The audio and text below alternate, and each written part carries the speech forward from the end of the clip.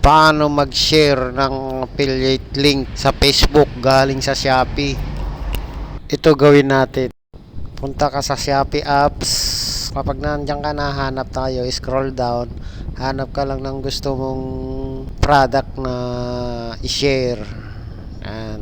Hanap ka lang. Hanap yan. Scroll down mo lang. Tapos, ayan. Kung nakapili ka na, i-click mo. Yan. To. Subukan natin. Yan. Tapos, i-click mo yung arrow sa taas. Tapos, i-click mo yung affiliate commission. Waiting lang for loading. Tapos, i-click mo yung share to earn. Tapos, click mo yung copy link. Tapos, i-click mo yung download arrow dun sa picture na nag-pop up. Tapos, i-share mo na kung saan gusto mo i-share. Yan. Pumili ka lang. Piliin natin Facebook. Yan. Punta tayo dyan. Tapos, yan. I-paste mo lang dyan. Copy-paste mo lang dyan.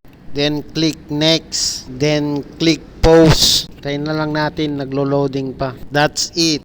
Okay na yan. Successful na yan.